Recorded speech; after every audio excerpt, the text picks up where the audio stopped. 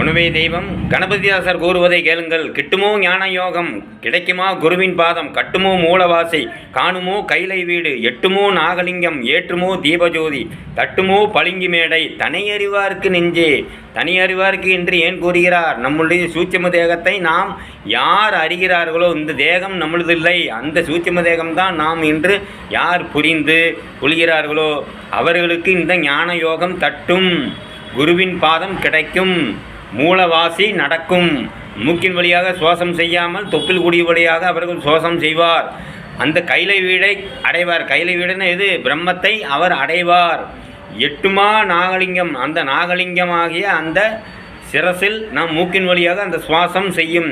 நாக்கு பாம்பு எப்படி சுவாசம் செய்து புசு புசுன்னு, அந்த மாதிரி. ஏற்றுமோ தீபஜோதி, அந்த தீபஜோதியாகிய நாம் சூட்சும தேகத்தை அடைவோம். தட்டுமோ பளிங்கு மேடை, நம்மளுடைய அண்ணாக்கின் வழியாக தட்டி அதை சுரக்கும். தன்னை அறிவார்க்கு என்று கூறுகிறார். வணக்கம்.